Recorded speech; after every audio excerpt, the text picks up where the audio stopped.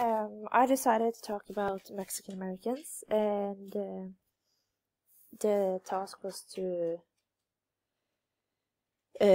talk about why they still suffer from discrimination, and I will take a closer look at their history and present their position in the United States. But I will most focus on why Mexican Americans still suffer from discrimination. And Mexican Americans have lived in the United States since the early 1800s, so they've been there for long. Yeah. All the way back to the 1800s, Mexican Americans has lived in the US. And today there are still a huge number of them waiting for permission to immigrate to the US. In 2015, the number of Mexican Americans was 35.8 million US residents identified as full or partial Mexican ancestry. And this is 11.1% of United States population.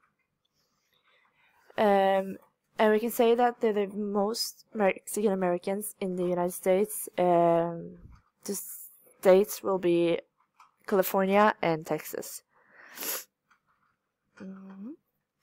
And here's a statistic over the income in the United States.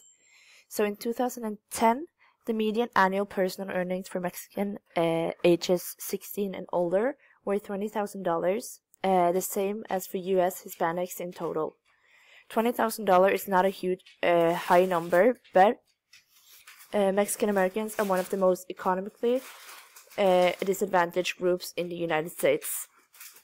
This is the statistics of the annual household income in the United States, and as you can see, regular Americans earn around $50,000 a year, and this is a high amount of differences, and this here discrimination kicks in, because when a US citizen and a Mexican American has that huge differences in the amount, so yeah. And according to a research from 2013, 26% of Mexican Americans speaks English, 34% speaks both English and Spanish, and 40% speaks just Spanish. So as you can see out from the research, 50% of second-generation US-born speaks both Spanish and English. This is something that shows that a lot of Americans are trying to be a part of the community with Mexican Americans and tries to blend in. Given the expected demographic changes, what is the future of language use among Hispanics in the United States? According to Census Bureau projections, the share of Hispanics who speak only English at home will rise from 26% in 2013 to 34% in 2020. And over this time period, the share that speaks Spanish at home will decrease from 73% to 66%. So we can't be 100% sure that this is correct, but it's out from the research. As the economy, the biggest question is why do Mexican Americans still suffer from discrimination? As the economy worsens and job losses mount in America, civil rights advocates and lawyers fear the result may be an increase in discrimination toward Hispanics, Latinos, and Mexican Americans in the U.S. Discrimination remains, and there is an increase in hate crimes against Mexican Americans.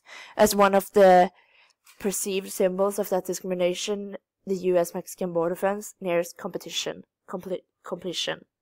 Instead of pulling together in these difficult times, we may see a greater polarization of attitudes, only increasing the need for more civil rights lawyers to protect the civil rights of Mexican Americans. So when I talk about what Mexican Americans earned, we could see that out from the sources on the internet that Mexican Americans had a much lower income than the U.S. citizens. Why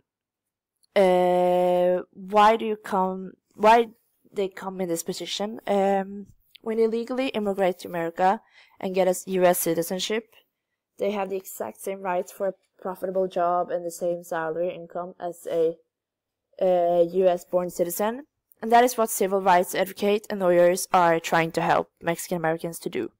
They're trying to help them have the same rights. Yeah. And Mexican Americans have lower levels of education than any other citizens in the United States. Some scholars have argued that this result of Mexican immigrants having relatively low levels of education, especially by standards in the United States. Yet this gap is persistent and continues into the 4th generation. Today, Mexican Americans are standing over a huge relapse since America got a new president called Donald Trump.